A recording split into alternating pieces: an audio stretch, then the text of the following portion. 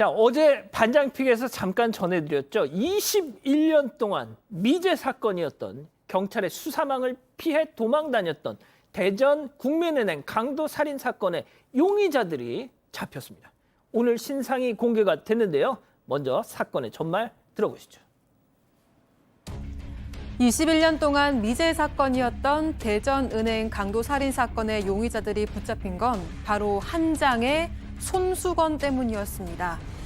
범인이 복면처럼 착용한 뒤 버리고 간 손수건에서 DNA를 확보한 건데요. 2001년의 기술로는 검출할 수 없던 DNA였지만 수십 년이 지난 뒤 최신 기술을 활용해서 찾아낼 수 있었던 겁니다. 하지만 용의자 검거까지 수사가 쉽게 풀린 건 아닌데요. 전 국민이 등록한 지문과는 다르게 DNA 정보는 일부 범죄자에 대해서만 관리되기 때문에 범죄자 데이터베이스에 없으면 추적이 불가능했던 겁니다. 처음 DNA를 확보했던 경찰도 범인 특정까지 최소 5년은 걸리겠다고 판단했다고 하는데요. 하지만 이 사건, 당초 예상보다 빠르게 용의자를 검거했습니다. 51세 이정학, 52세 이승만. 경찰은 이들을 어떻게 추적해서 검거까지 할 수 있었던 걸까요? 조금 전 있었던 경찰의 브리핑을 종합해봅니다. 예, 저희가 8월 초에 이 사건을 사건연구소에서 우리 김서연 기자가 정리를 해드렸었는데 이게 세상에 딱 잡혔다고 하니까 저희도 진짜 깜짝 놀랐어요. 네, 다시 한번 정리를 해드리자면 2001년 12월 21일 오전 10시쯤 대구의 한 은행 지하주차장에서 복면을 쓴 괴한 2명이 현금 수송차에서 내린 은행원을 권총으로 쏴 살해하고 현금 3억 원이 든 가방을 빼앗아 도주한 사건입니다. 그 당시 발견된 어떤 증거물에도 지문이 남겨져 있지 않아서 수사에 어려움을 겪고 있었는데요. 범행에 사용된 그랜저는 범행 3주 전에 이미 도난 신고된 차량이었고 권총은 경찰관에게 빼앗은 38구경으로 알려졌습니다. 경찰은 차량 약 9,000대 그리고 목격자와 전과자 등 5천여 명을 다각도로 수사했지만 범인을 특정할 만한 단서를 발견하지 못해서 21년간 장기 미제로 남아있던 사건입니다. 예. 아직은 뭐 용의자라고 하지만 DNA가 뭐 딱 이렇게 확인이 된 만큼 뭐 저는 그냥 맞다고 봅니다, 개인적으로. 자, 21년 동안 정말 두 다리 뻗고 살았을까요, 이 사람들?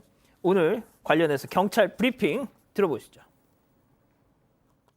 2001년 대전에서 발생한 경찰관 총기 탈취 및 국민은행 권총 강도 살인 사건의 유력한 용의자로 이승만과 이정학을 대전과 정선에서 각각 검거하였고 법원의 실질 심사를 거쳐 지난주 토요일인 8월 27일 최종 구속하였습니다.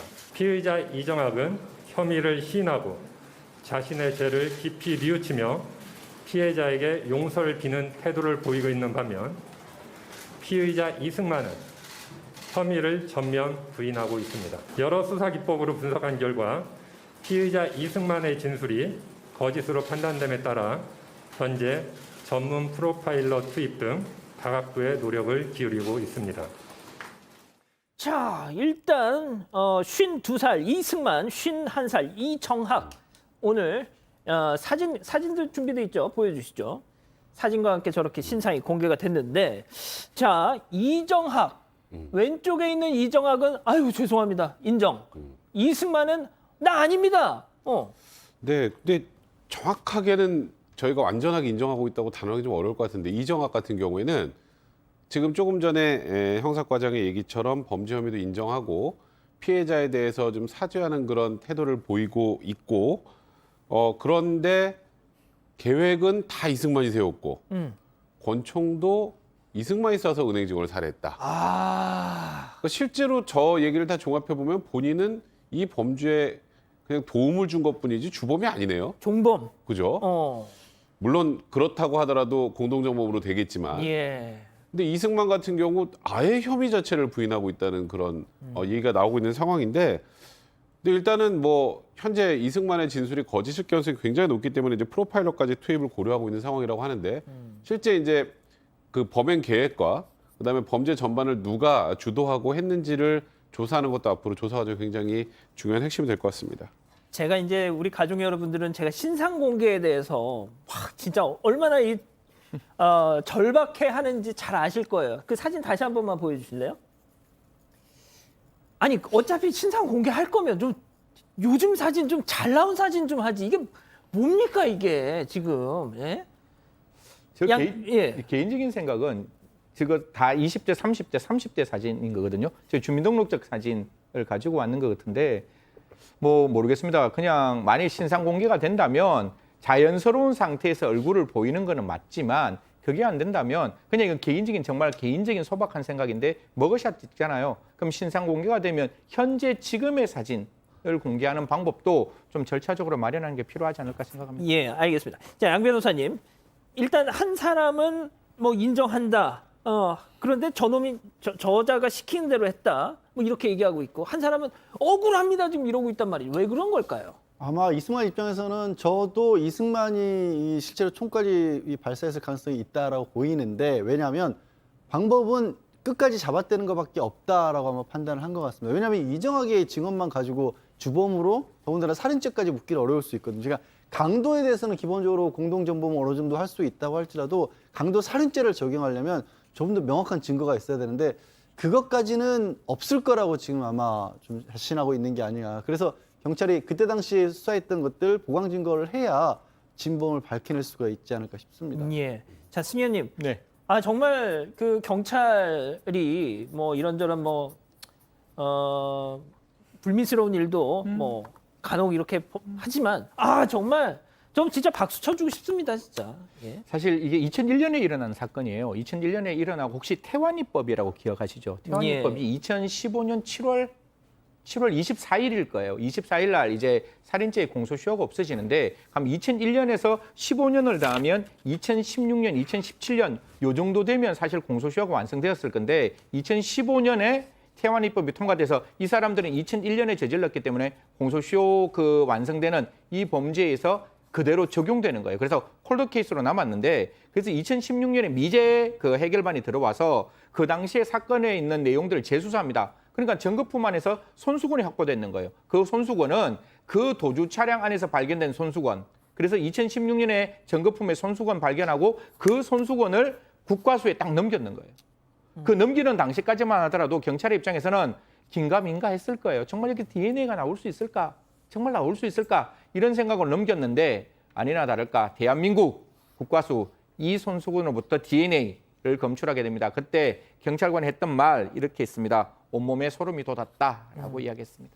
자, 그럼 이런 상황에서 도대체 어떻게 용의자를 특정할 수 있었던 건지 체크포인트 짚어보죠. 15,000명. 백 변호사님, 이 얘기 무슨 얘기죠?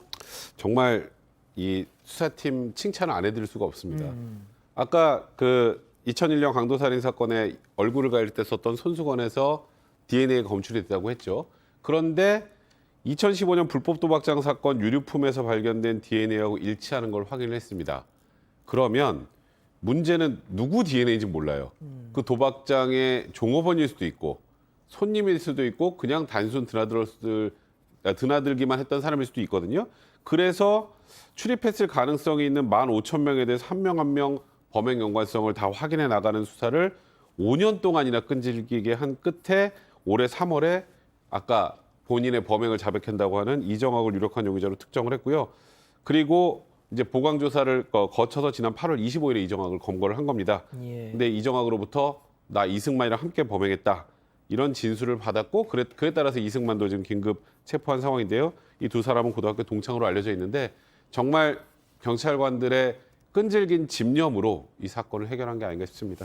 자, 양 변호사님 마지막으로요. 이 두 사람 그러면 앞으로 어떻게 뭐 진행이 될까요? 일단 둘 중에 누가 총을 쐈든지 간에 그 무리 내에서 강도를 같이 하기로 한 자들 사이에서 총을 이 도구로 사용을 하고 여차하면 쏠 수도 있다라는 정도까지는 입증을 해야 합니다. 그게 돼야 이제 강도 살인죄를 적용할 수 있을 것으로 보이고 그렇지 않으면 강도죄에서 그칠 수도 있지만 이전에 수사팀의 이런 집념을 보면요. 저는 이 말이 정말 인상이 나봐요. 이 경찰분들이 수사를 하면서 우리가 안 되면 자식들이라도 경찰 만들어서라도 끝까지 잡겠다라고 했다는 세상에. 건데 그 집념이면 저는 밝혀낼 수 있을 것으로 봅니다. 정말 대단하네요. 자, 그런데 2002년 8월에 당시 이제 수사팀이 송모 씨 등 3명을 용의자로 지목해서 자백을 받아냅니다. 자, 그런데 당시 이 사람들이 나중에 경찰 고문에 의한 허위 자백이었다 이렇게 주장을 했거든요. 당시 이 뭐 다른 방송의 어떤 그 탐사 프로그램에 나와서 당시 이 수사 형사들이 나는 아직도 그들이 진범이라 믿는다 이렇게 인터뷰를 했었거든요. 자, 그런데 오늘 이 수사 뭐 이렇게 진범이 잡힌 걸 보면 당시 3명의 용의자들 그들이 아니었습니다. 예, 그들이 아니었고 아무튼 일단 계속해서 좀 수사 진행 상황을 봐야겠네요. 자, 일단 이 정도로 정리하고요.